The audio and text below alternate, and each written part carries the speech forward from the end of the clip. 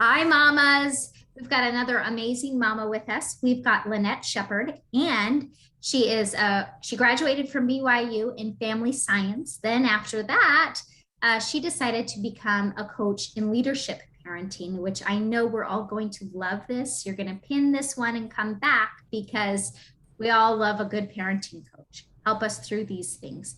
She's a mother of five, and she's passionate about raising confident grown-ups. I like that she calls them grown-ups, not confident kids, but I'm raising confident grown-ups. So tell us, Lynette, how did you even get started in this, line of work? What made you want to be a parenting leadership coach? All of those things. So like I said, like you said, I graduated in family science. So I had my first baby like 2 weeks before the end of my college Ooh. experience. So I felt like I had spent all this time studying all things related to family, and I was like, I got this. I am Yes. prepared. And then my son was born, and he was born screaming, and he screamed for 9 solid months. And then as he grew up, he was so incredibly strong-willed and determined, and all of those things that make it really hard when you have little ones.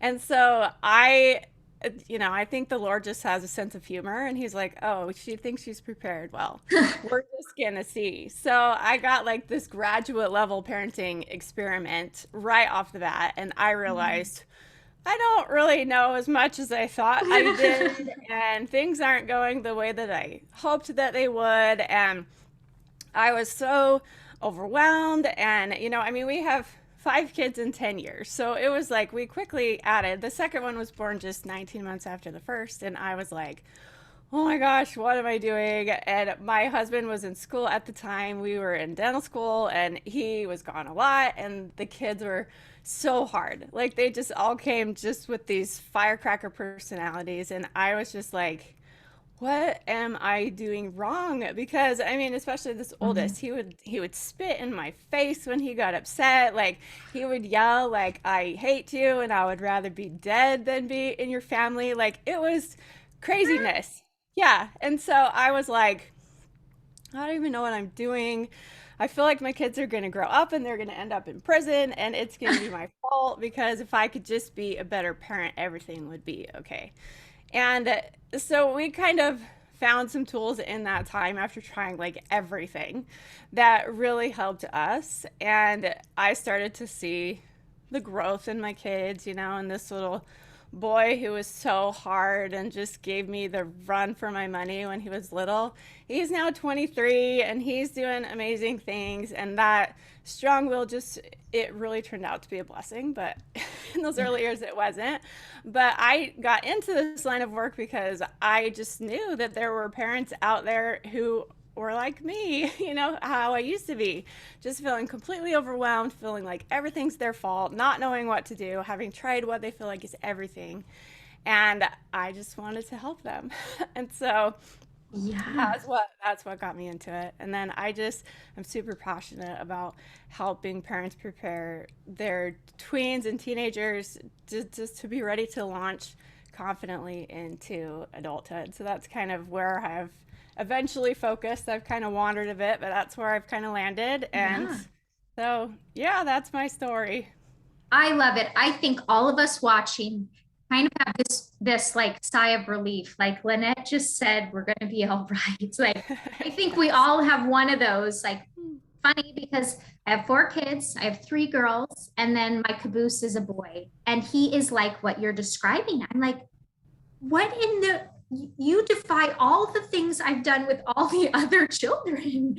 Like, and so I am here gleaning along with you guys, and I know this is going to be impactful for each of us. So, wow, I'm so glad you told us all about your son that's now doing wonderfully.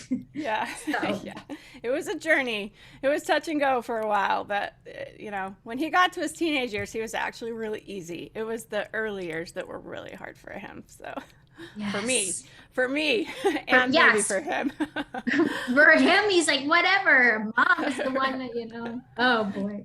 Right. So I'd love to dive into, since you do focus on like teens specifically, raising them. Well, how does it affect like how has me being confident as a mom help my kids be confident? How does that ripple effect work?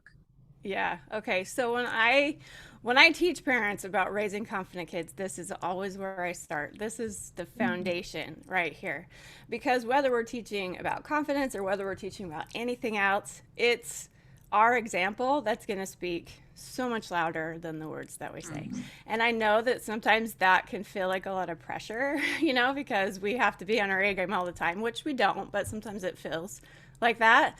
But I was raised by a mom who did not have confidence. She struggled. She struggled with serious depression before that was really talked about and accepted. And so that played into it as well. Her mental health played into it. But all I can remember, I don't remember her saying like nice things about herself. I remember her saying like, oh, I'm so fat. I hate my body. I'm sorry. I'm such a bad mom. I wish I could be like so and so.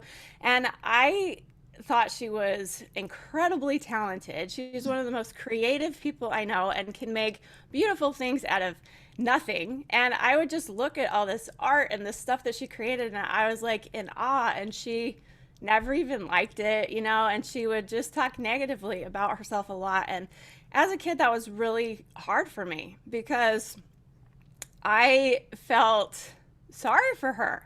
I didn't want to see her struggling. I wanted to see her happy. Also, I thought she was great, and I wanted her to feel that same way about herself. And it almost felt like my responsibility to like help her feel happy or just better about herself, more confident. And that's not a kid's responsibility, first of all. But I just wanted to fix everything. And maybe that's partly my personality, but it was really challenging for me. And I struggled with my own self-confidence all through my teenage years, well into adulthood. I had massive struggles with this.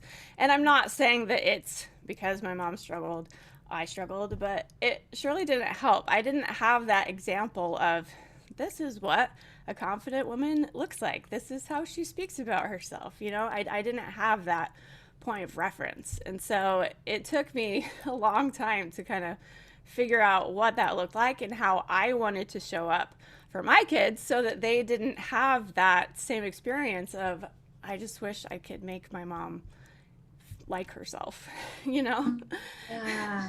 Oh, absolutely. So I do like the fact that you said kind of take that pressure off, because as a parent, we do feel like we have to be perfect in all areas. And then we kind of just want to give up and like go hide in a corner. Like this is too daunting of a task, to do all of these things. So what if you don't feel confident, how can you, I guess, reframe that or help your kids feel confident, maybe when you don't feel confident in your position as a mom? Yeah, yeah. So, first of all, nothing is ever predestined. If you are not confident, you are not predestined to have kids who are not confident. There are so many factors that affect how a kid turns out. I know sometimes as parents, we kind of take responsibility for all of the outcomes in our kids' lives, for their grades, for their behavior, for what college they get into, for whatever.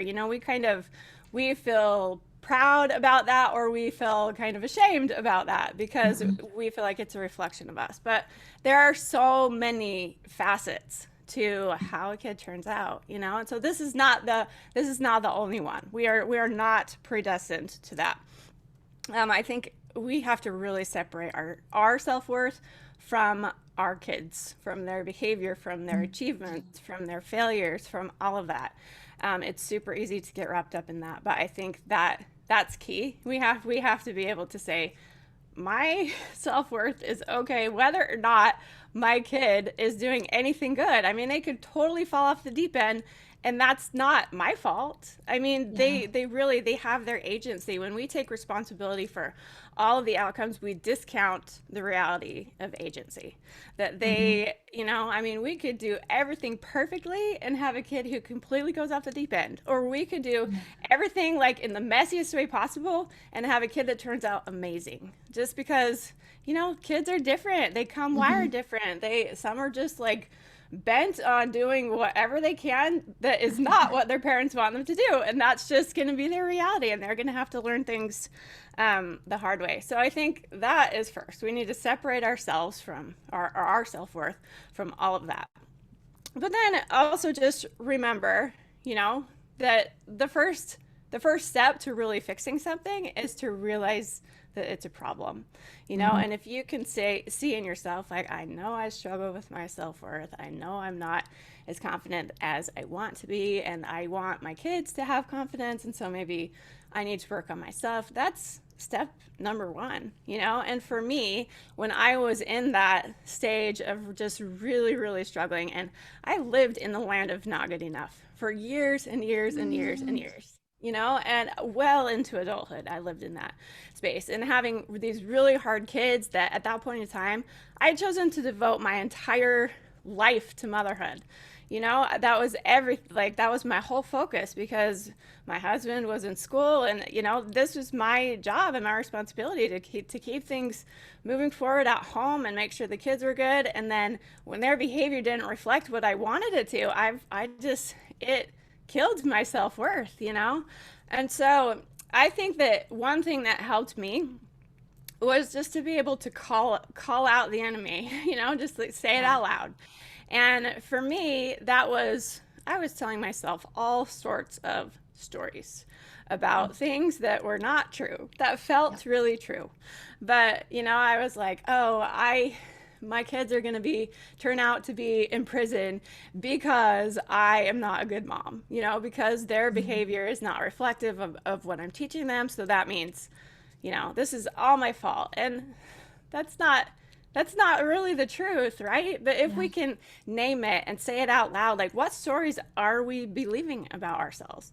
And are they true, or are they just in our minds they're true, and Mhm. just kind of shift our thinking a little bit. And for me, I'm a believer. A big part of my healing process was just recognizing that we have an enemy in this life, that, Yeah. the adversary is real, and he lives in the land of not good enough and wants to invite us there. He's like constantly like, you're not thin enough, you're not pretty enough, you don't have enough money. There's never enough if we kind of give in to that. And we all struggle with this from time to time, and maybe in different aspects of our lives, just feeling like not good enough. And I Mhm. realized when I was like at the lowest of the low points that this was not originating from God, right? He didn't want me to feel this way about myself and to not believe in my capacity to do incredible things. That's not what he wanted for me. Like, this is all coming from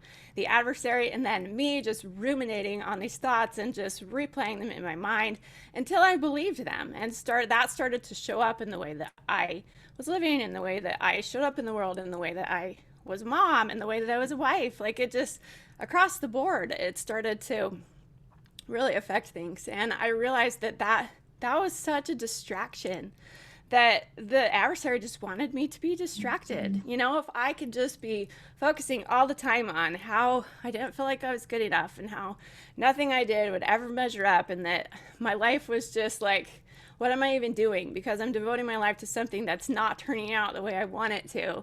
And Mhm. if that's what I was thinking all the time, I would never be able to have the energy or mental focus to do the work that I'm here on earth to do. That was a huge, like, light bulb moment for me. Mhm. Is that it's like, okay, I can live here and I can stay here in this place where I never feel good enough, or I can recognize that I have great worth because I am a child of a Heavenly Father who loves me.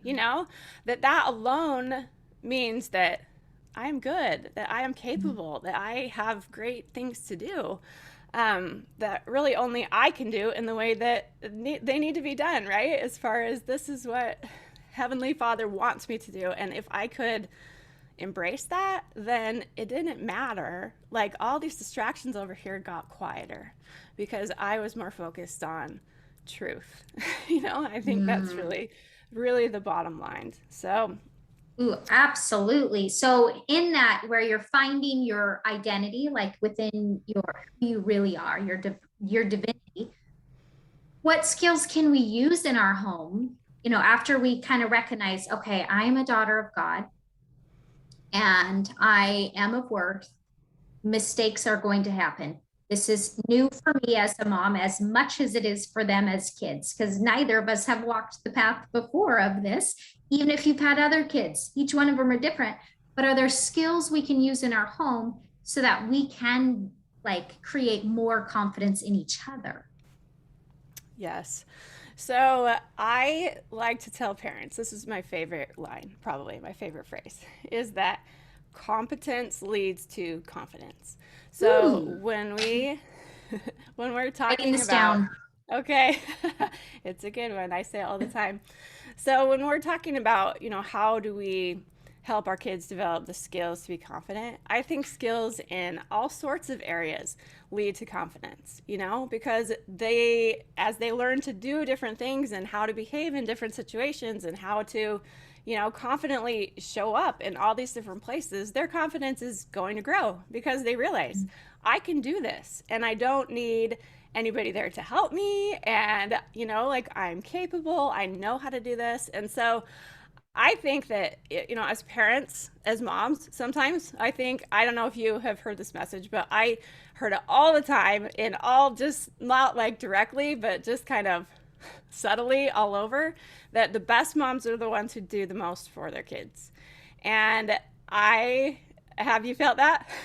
Well, I believe that the opposite. If I do everything for them, then they won't know how to do anything. Like, It, so yes.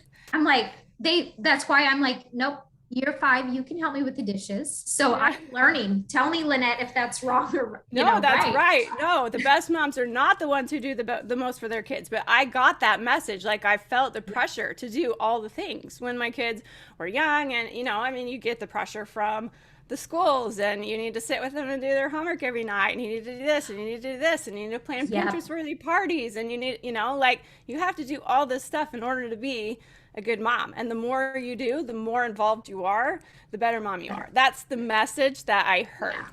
And I kind of lived there for a while and tried to do all the things. And what happened was that I was stressed out. I was irritable. Like the kids were stressed out too because we were just like, all right, get in the car and we're going to run to this and then we're going to do this and we're going to drop you off at Scouts and we're going to take you to piano lessons. And it was like we were trying to do all the things because that's what good moms do, right?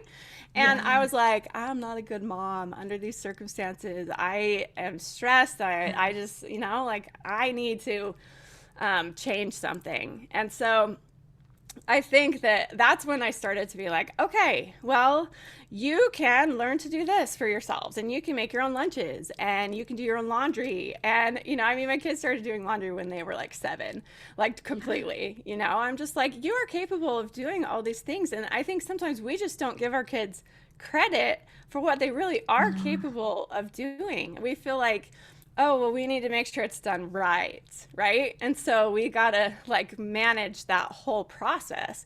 And what really we're communicating when we're saying like, oh yes, you're awesome, I believe in you, and then we look over their shoulders and tell them exactly everything they're doing wrong and how to fix it. Yeah. That's not communicating belief. That's communicating you can't do anything without my help. You need me, And Yeah. really, I think if we can just step back and we help them to learn all these different things, and then let them do it and let them make mistakes and let them fail and use that as teaching opportunities and not take that as evidence that we are failing as mom if our kids don't get it right away, right?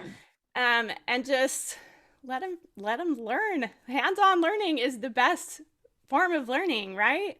Yeah. Um, so I just think the more we can teach them, the better off they're going to be. And I'm talking about like across emotional skills and social skills and life skills and values, like all these things kind of work together to give them a broad kind of base of knowledge where they can just feel capable. And in that, Yeah. they will find confidence.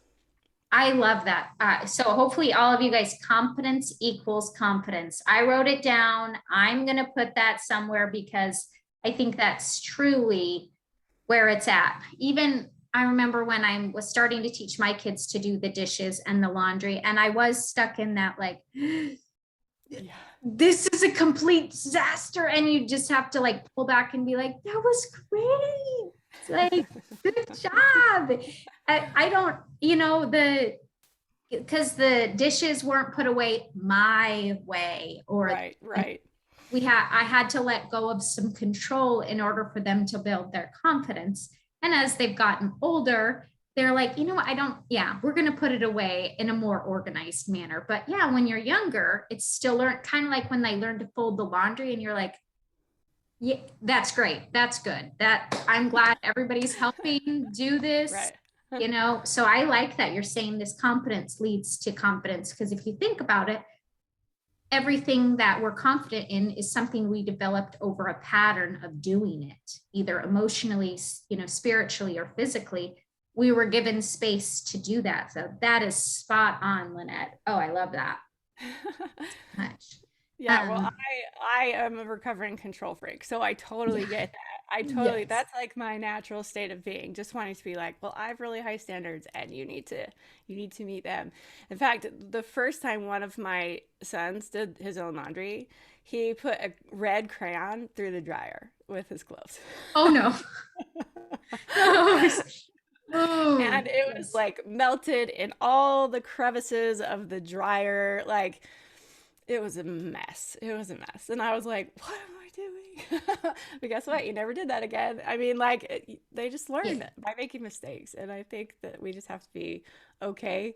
And I have had to, at points in time, just leave the room because it like makes me so anxious to just sit and watch this disaster happen. Like I have to leave the room and just like go in my bedroom and hang out by myself for a while.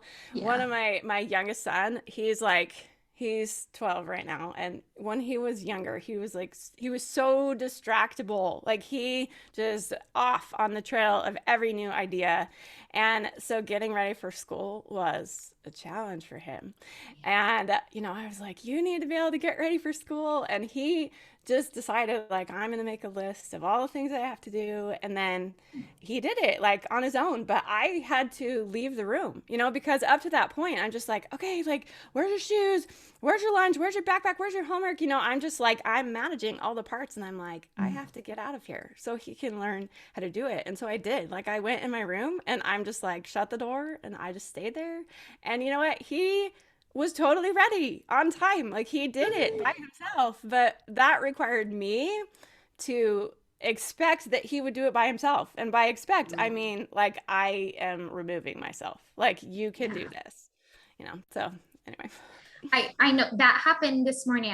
My daughter, she was super upset that she lost a piece of paper from the library. She's doing this reading program. And I'm like, well, did you look for it?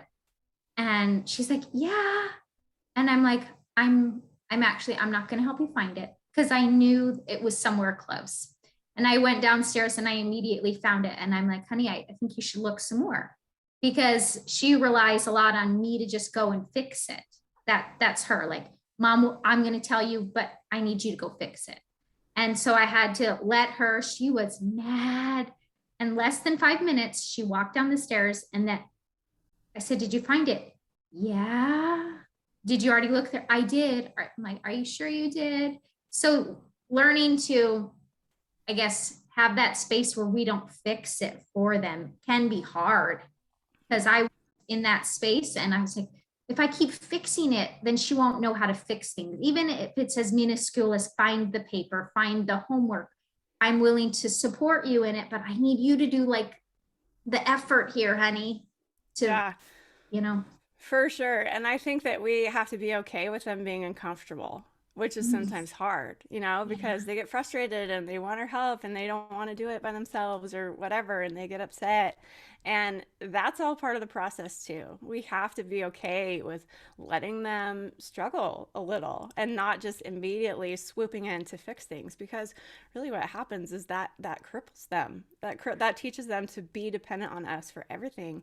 And that is not ultimately what we're really wanting. If we think about it, we want them to be able to be successful in life without us having to manage all the things. So Mm. we have to be okay with discomfort.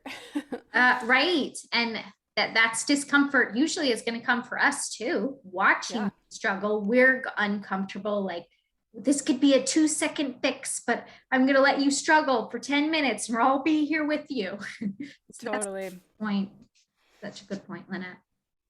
So are there any particular skills that you say to give kids um, more confidence than others, like work on this one, or they're all kind of, just within that competence leads to confidence thing? Yeah, I think that all skills are confidence boosters, and it depends on the kid, maybe which ones are going to boost their confidence the most, but I think that they're all confidence boosters. And one of my sons, he's now 20, and he does not like to cook. He's a missionary right now, and it's very obvious that he does not like to cook because he eats frozen pizza and Dr. Pepper. Every day. Yeah. And goldfish. He always, when we talk to him on Mondays, he always has a cup full of goldfish crackers that he's like drinking as we're talking to him. Anyway, that's sort of a side note, but he did not like to cook. I tried to teach them all, right? We did these Yeah. things. I know you can do. He just doesn't like to. But when he was in high school one time, he decided that he was going to make his favorite mint brownies and take them to school and share them with his class. And so he got out the recipe. He made the brownies. He cut them up. He put them in a container and took them to school. And he was so proud, like just being able to say, I made these for you, and everyone liked them. And it was like a huge confidence booster for him because he's like, oh, well, I can make something that other people enjoy. And that's like such a simple skill, like making brownies. But for him, he was just like walking a little taller that day because he was able to do something like that. And so I think that just systematically we teach them these things, and it's not a sprint. I mean, this is a marathon. We've got 18 years with our kids. It's not like we have to just like cram everything in at once. That would be overwhelming for us and for our kids. But just, we'll tackle one thing at a time. We'll teach you one thing at a time, and your confidence is going to grow. And that doesn't mean that our kids will never struggle with their confidence, even when we do all this stuff. Yeah. Because once again, there's so many other factors. And when they get to be teenagers, and there's social media and the comparison that goes along with that, and it's hard being a teenager. In fact, I was up last night until 12:30 in the morning with a daughter who was just sobbing because she's struggling with some challenges with her friends, and that's just part of it. Mhm. So they can gain skills and be real confident in one area and just struggle in another, and that's just life. That's part of how it works. And so I think just focusing on one thing at a time and just systematically, not even necessarily systematically, but just over time, we help them with these things. And when they're struggling, we support them, and we don't feel like, oh man, I did something wrong. No, it's Yeah. life. They have friends who are not nice sometimes or whatever. It's just part of the process. I love that so much. I hope everybody has connected with Lynette.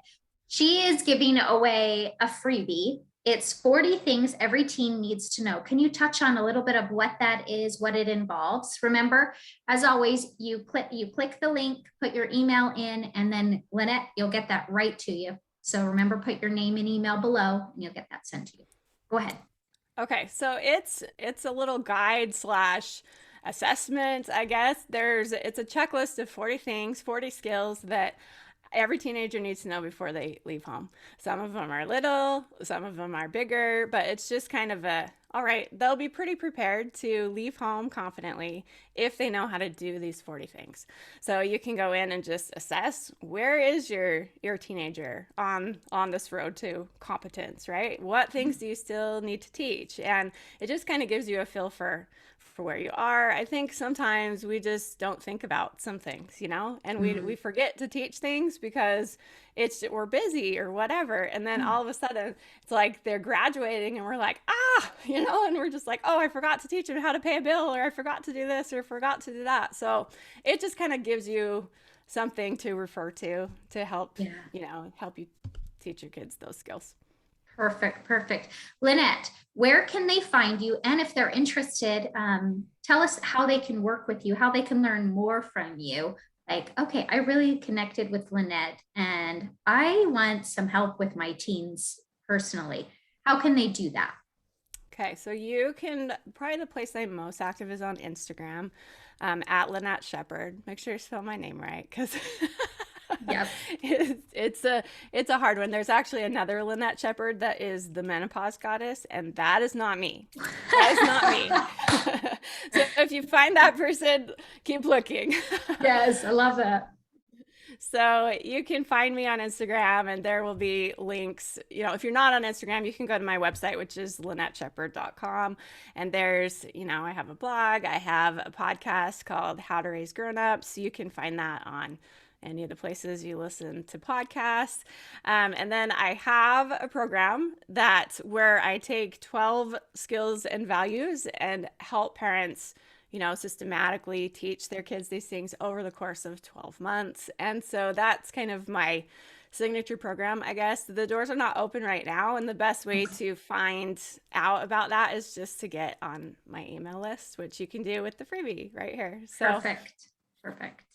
Thank you so much, Lynette. I hope all of you are getting the freebie and connecting with Lynette so that we can raise confident grown-ups, because ideally that's what we want. We're becoming confident as daughters of God, and we want that for our children, to be confident in their journey here in life and beyond. So thank you, Lynette.